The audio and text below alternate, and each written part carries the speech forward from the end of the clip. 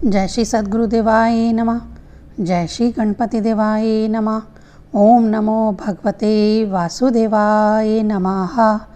श्रीमद् भागवत महापुराण छठा स्कंद पहला अध्याय अजामिल उपख्यान का प्रारंभ। राजा परीक्षित ने कहा, भगवान आप पहले द्वितीय स्कंद में निवृत्ति मार्ग का वर्णन कर चुके हैं तथा ये बतला चुके हैं कि उसके द्वारा आचिरादि मार्ग से जीव क्रमशः ब्रह्मलोक में पहुंचता है और फिर ब्रह्मा के साथ मुक्त हो जाता है। मुनिवर, इसके सिवा आपने उस प्रवृत्ति मार्ग का भी द्वितीय स्कंद में भली भांति वर्णन किया है, जिससे त्रिगुणमय स्वर्ग आदि लोगों की प्राप्ति होती है और प्राकृतिक का संबंध ना छूटने के कारण जीवों को बार बार जन्म मृत्यु के चक्कर में आना पड़ता है। आपने यह भी बतलाया कि अधर्म करने से अनेक नरकों की प्राप्ति होती है और पांचवें स्कंद में उसका विस्तार से वर्णन किया। चौथे स्कंद में आपने उस प्रथम मनवंतर का वर्णन किया जिसके अधिपति स्वयं भूमनु थे।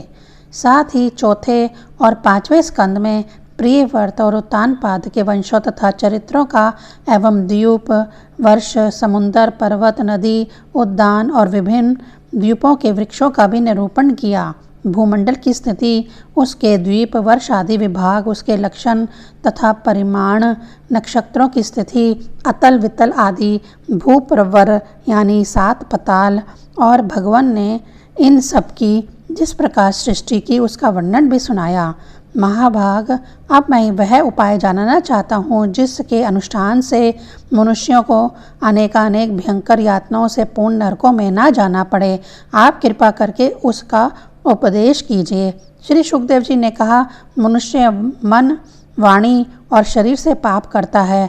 यदि वह उन पापों का इसी जन्म में प्रायश्चित ना कर ले तो मरने के बाद उसे अवश्य ही उन भयंकर यातनापूर्ण नरकों में जाना पड़ता है, जिसका वर्णन मैंने तुम्हें पांचवें स्कंद के अंत में सुनाया है। इसीलिए बड़ी सावधानी और सजगता के साथ रोग एवं मृत्यु के पहले ही शीघ्र से शीघ्र पापों की गुरुता और लघुता पर विचार करके उनका प्रायश्चित कर डालना चाहिए। जैसे मर्मज्ञ चिकित्सा रोगों का कारण और उनकी गुरुता लघुता जानकर झटपट उसकी चिकित्सा कर डालता है। राजा परीक्षित ने पूछा, भगवान मनुष्य राजदंड, समाजदंड आदि लौकिक और शास्त्रोक्त नरक गमन आदि पारलौकिक कष्टों से यह जानकर भी कि पाप उसका शत्रु है, पाप वासनाओं से विवश होकर बार बार वैसे ही कर्मों में प्रवृत्त हो जाता है। ऐसी अवस्था में उसके पापों का प्रायश्चित कैसे संभव है? मनुष्य कभी तो प्रायश्चित आदि के द्वारा पापों से छुटकारा पा लेता है, कभी फिर उन्हें ही करने लगता है। ऐसी स्थिति में मैं समझता हूँ कि जैसे स्नान करने के बाद धूल डाल देने के कारण हाथी का स्नान व्यर्थ हो जाता है, वैसे ही मनुष्य का प्रायश्चित करना भी व्यर्थ ही है। श्री सुखदेव जी ने कहा, वस्तुतः कर्म के द्वारा ही कर्म का निर्बीज नाश नहीं होता, क्योंकि कर्म का अधिकारी अज्ञानी है। अज्ञान रहते पाप वासनाएं सर्वथा नहीं मिट सकती। इसीलिए सच्चा प्रायश्चित तो तत्व ज्ञान ही है। जो पुरुष केवल सुपाथ्य का ही सेवन करता है उसे रोग अपने वश में नहीं कर सकते। वैसे ही परीक्षित जो पुरुष नियमों का पालन करता है वह धीरे धीरे पाप वासनाओं से मुक्त हो कल्याणप्रद तत्व ज्ञान प्राप्त करने में समर्थ होता है। जैसे बांसों के झुरमुट में लगी आग बांसों को जला डालती है, वैसे ही धर्मज्ञ और श्रद्धावान धीर पुरुष तपस्या, ब्रह्मचर्य, इंद्रिय दमन, मन की स्थिरता, दान, सत्य, बाहर भीतर की पवित्रता तथा यम एवं नियम, इन 9 साधनों से मन, वाणी और शरीर द्वारा किए गए बड़े से बड़े पापों को भी नष्ट कर देते हैं। भगवान की शरण में रहने वाले भक्तजन जो विरले ही होते हैं, केवल भक्ति के द्वारा अपने सारे पापों को उसी प्रकार भस्म कर देते हैं जैसे सूर्य कुहरे को। परीक्षित, पापी पुरुष की जैसी शुद्धि भगवान को आत्मसमर्पण करने से और उनके भक्तों का सेवन करने से होती है, वैसी तपस्या आदि के द्वारा नहीं होती। जगत में यह भक्ति का पंथ ही सर्वश्रेष्ठ, भय रहित और कल्याण स्वरूप है, क्योंकि इस मार्ग पर भागवत प्रयाण सुशील साधुजन चलते हैं। परीक्षित, जैसे शराब से भरे घड़े की नदियाँ पवित्र नहीं कर सकती, वैसे ही बड़े बड़े प्रायश्चित बार बार किए जाने पर भी भगवत द्विमुख मनुष्य को पवित्र करने में असमर्थ हैं। जिन्होंने अपनी भगवत गुणा अनुरागी मन मधुकर को भगवान श्री कृष्ण के चरणावृंद मकरंद का एक बार पान करा दिया, उन्होंने सारे प्रायश्चित कर लिए। वह स्वप्न में भी यमराज और उनके पाशधारी दूतों को नहीं देखते, फिर नरक की तो बात ही क्या है। परीक्षित, इस विषय में महात्मा लोग एक प्राचीन इतिहास कहा करते हैं। उसमें भगवान विष्णु और यमराज के यमदूतों का संवाद है। तुम मुझसे उसे सुनो। कन्याकुंज नगर यानी कन्नौज में एक दासीपति ब्राह्मण रहता था। उसका नाम अजामिल। दासी के संसर्ग से दूषित होने के कारण उसका सदाचार नष्ट हो चुका था।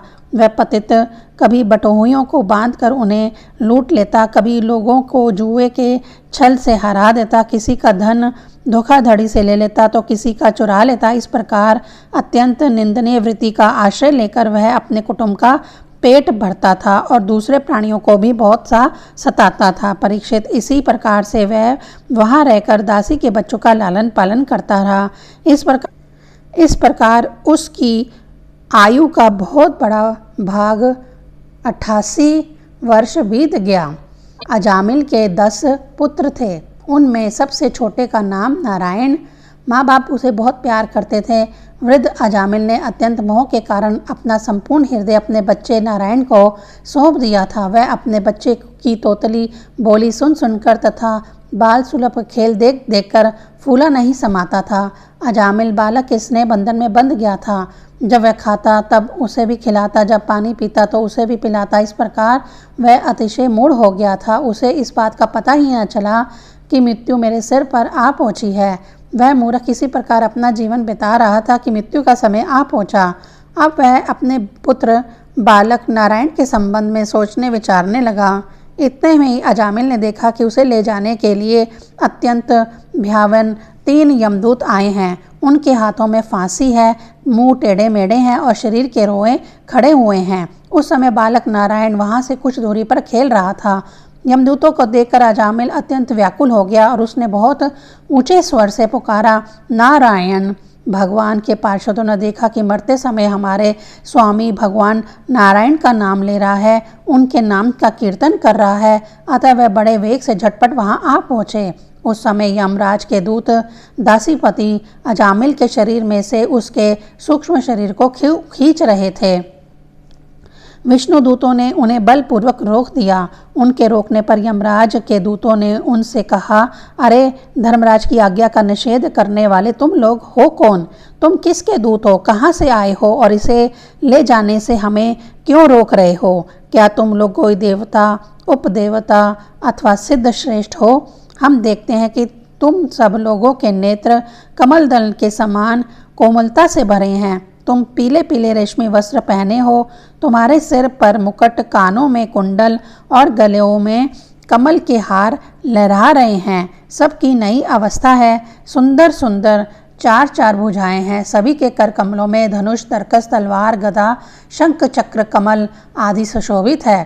तुम लोगों की अंग कांति से दिशाओं का अंधकार और प्राकृत प्रकाश भी दूर हो रहा है। हम धर्मराज के सेवक हैं, हमें तुम लोग क्यों रोक रहे हो? श्री शुकदेव जी कहते हैं, परीक्षित, जब यमदूतों ने इस प्रकार कहा तब भगवान नारायण के आज्ञाकारी पार्षदों ने हंसकर मेघ के समान गंभीर वाणी से उनके प्रति यूं कहा। भगवान के पार्षदों ने कहा, यमदूतों, यदि तुम लोग सचमुच धर्मराज के आज्ञाकारी हो तो हमें धर्म का लक्षण और धर्म का तत्व सुनाओ। दंड किस प्रकार दिया जाता है? दंड का पात्र कौन है? मनुष्यों में सभी पापाचारी दंडनीय हैं अथवा उनमें से कुछ ही? यमदूतों ने कहा, वेदों ने जिन कर्मों का विधान किया है वे धर्म है और जिनका निषेध किया है वे अधर्म है। वेद स्वयं भगवान के स्वरूप हैं। वे उनके स्वाभाविक श्वास प्रवास एवं स्वयं प्रकाश ज्ञान है, ऐसा हमने सुना है। जगत के रजोमय, सत्वमय और तमोमय सभी पदार्थ, सभी प्राणी अपने परम आश्रय भगवान में ही स्थित रहते हैं। वेद ही उनके नाम, गुण, कर्म और रूप आदि के अनुसार उनका यथोचित विभाजन करते हैं। जीव शरीर अथवा मनोवृत्तियों से जितने कर्म करता है उसके साक्षी रहते हैं। सूर्य, अग्नि, आकाश, वायु, इंद्रियां, चंद्रमा, संध्या, रात, दिन, दिशाएं, जल, पृथ्वी, काल और धर्म, इनके द्वारा अधर्म का पता चल जाता है और तब दंड के पात्र का निर्णय होता है। पाप कर्म करने वाले सभी मनुष्य अपने अपने कर्मों के अनुसार दंडनीय होते हैं। निष्पाप पुरुषों जो प्राणी कर्म करते हैं उनका गुणों से संबंध रहता ही है, इसीलिए सभी से कुछ पाप और कुछ पुण्य होते ही हैं और देहवान होकर कोई भी पुरुष कर्म किए बिना ही नहीं रह सकता। इस लोक में जो मनुष्य जिस प्रकार का और जितना अधर्म या धर्म करता है वह परलोक में उसका उतना ही और वैसा ही फल भोगता है। देव शिरोमणियों, सत्व, रज और तम, इन 3 गुणों के भेद के कारण इस लोक में भी 3 प्रकार के प्राणी दिख पड़ते हैं। पुण्यात्मा, पापात्मा और पाप पुण्य दोनों से युक्त अथवा सुखी दुखी और सुख दुख दोनों से युक्त। वैसे ही परलोक में भी उनकी त्रिविधता का अनुमान किया जाता है। वर्तमान समय में भूत और भविष्य का अनुमान करा देता है, वैसे ही वर्तमान जन्म के पाप पुण्य भी भूत और भविष्य जन्मों के पाप पुण्य का अनुमान करा देते हैं। हमारे स्वामी आजन्मा भगवान सर्वज्ञ यमराज सबके अंतःकरणों में ही विराजमान हैं, इसीलिए वे अपने मन से ही सबके पूर्व रूपों को देख लेते हैं। वे साथ ही उनके भावी स्वरूप का भी विचार कर लेते हैं। जैसे सोया हुआ अज्ञानी पुरुष स्वप्न के समय प्रतीत हो रहे कल्पित शरीर को ही अपना वास्तविक शरीर समझता है, सोए हुए अथवा जागने वाले शरीर को भूल जाता है, वैसे ही जीव भी अपने पूर्व जन्मों की याद भूल जाता है और वर्तमान शरीर के सिवा पहले और पिछले शरीरों के संबंध में कुछ नहीं जानता। सिद्ध पुरुषों, जीव इस शरीर में 5 कर्म इंद्रियों से लेना देना, चलना फिरना आदि काम करता है। 5 ज्ञान इंद्रियों से रस रूप आदि 5 विषयों का अनुभव करता है और 16वें मन के साथ 17वां वह स्वयं मिलकर अकेले ही मन, ज्ञान इंद्रियां और कर्म इंद्रियां इन तीनों के विषय में भोग भोगता है। जीव का यह 16 कला और सत्वादि 3 गुणों वाला लिंग शरीर अनादि है। यही जीव को बार बार हर्ष, शोक, भय और पीड़ा देने वाले जन्म मृत्यु के चक्कर में डालता है। जो जीव अज्ञान वश काम, क्रोध, मोह, लोभ, मद, मत्सर इन 6 शत्रुओं पर विजय प्राप्त नहीं कर लेता, उसे इच्छा न रहते हुए भी विभिन्न वासनाओं के अनुसार अनेकों कर्म करने पड़ते हैं। वैसी स्थिति में वह रेशम के कीड़े के समान अपने को कर्म के जाल में जकड़ लेता है और इस प्रकार अपने हाथों मोह का शिकार बन जाता है। कोई शरीरधारी जीव बिना कर्म किए कभी एक क्षण भी नहीं रह सकता। प्रत्येक प्राणी के स्वाभाविक गुण बलपूर्वक विवश करके उससे कर्म कराते हैं। जीव अपने पूर्व जन्म के पाप पुण्यमय संस्कारों के अनुसार स्थूल और सूक्ष्म शरीर प्राप्त करता है। उसकी स्वाभाविक और प्रबल वासनाएं कभी उसे माता के जैसा स्त्री रूप बना देती है तो कभी पिता के जैसा पुरुष रूप। प्रकृति के संसर्ग होने से ही पुरुष अपने को अपने वास्तविक स्वरूप के विपरीत लिंग शरीर मान बैठा है। यह विपर्याय भगवान के भजन से शीघ्र ही दूर हो जाता है। देवताओं, आप जानते ही हैं कि यह अजामिल बड़ा शास्त्रज्ञ था। शील, सदाचार और सद्गुणों का तो यह खजाना ही था। ब्रह्मचारी, विनयी, जितेंद्रिय, सत्यनिष्ठ, मंत्र वक्ता और पवित्र भी था। इसने गुरु, अग्नि, अतिथि और वृद्ध पुरुषों की सेवा की थी। अहंकार तो इसमें था ही नहीं। यह समस्त प्राणियों का हित चाहता, उपकार करता, आवश्यकता के अनुसार ही बोलता और किसी के गुणों में दोष नहीं ढूंढता था। एक दिन यह ब्राह्मण अपने पिता के आदेशानुसार वन में गया और वहां से फल, फूल, समिधा तथा कुशा लेकर घर के लिए लौटा। लौटते समय इसने देखा कि एक भ्रष्ट शूद्र जो बहुत कामी और निर्लज्ज है, शराब पीकर किसी वेश्या के साथ विहार कर रहा है। वेश्या भी शराब पीकर मतवाली हो रही है। नशे के कारण उसकी आंखें नाच रही हैं और अर्धनंग अवस्था में हो रही है। वह शूद्र उस वेश्या के साथ कभी गाता, कभी हंसता और कभी तरह तरह की चेष्टाएं करके उसे प्रसन्न करता है। निष्पाप पुरुषों, शूद्र की भुजाओं में अंगराग आदि काम उद्दीपक वस्तुएं लगी हुई थी और वह उनसे उस उल्टा का आलिंगन कर रहा था। अजामिल उन्हें इस अवस्था में देखकर सहसा मोहित और काम के वश हो गया। यद्यपि अजामिल ने अपना धैर्य और ज्ञान के अनुसार अपने काम वेग से विचलित मन को रोकने की बहुत चेष्टाएं की, परंतु पूरी शक्ति लगा देने पर भी वह अपने मन को रोकने में असमर्थ रहा। उस वेश्या को निमित्त बनाकर काम पिशाच ने अजामिल के मन को ग्रस लिया। इसकी सदाचारी और शास्त्र संबंधी चेतना नष्ट हो गई। अब यह मन ही मन उसी वेश्या का चिंतन करने लगा और अपने धर्म से विमुख हो गया। अजामिल सुंदर सुंदर वस्त्र भूषण आदि वस्तुएं जिनसे वह प्रसन्न होती ले आता, यहाँ तक कि इसने अपने पिता की सारी संपत्ति देकर भी उसी उल्टा को रिझाया। यह ब्राह्मण उसी प्रकार की चेष्टा करता जिससे वह वेश्या प्रसन्न हो। उस स्वच्छंदचारी उल्टा की तिरछी चितवन ने इसके मन को ऐसा लुभा लिया कि इसने अपनी कुलीन नवयुवती और विवाहिता पत्नी तक का भी परित्याग कर दिया। इसके पाप की भी भला कोई सीमा है। यह कुबुद्धि न्याय से अन्याय से जैसे भी जहाँ कहीं भी धन मिलता वहीं से उठा लाता। उस वेश्या के बड़े कुटुंब का पालन करने में ही यह व्यस्त रहता। इस पापी ने शास्त्र आज्ञा का उल्लंघन करके स्वच्छंद आचरण किया है। यह सत्पुरुषों के द्वारा निंदित है। इसने बहुत दिनों तक वेश्या के मल समान अपवित्र अन्न से अपना जीवन व्यतीत किया है। इसका सारा जीवन ही पापमय है।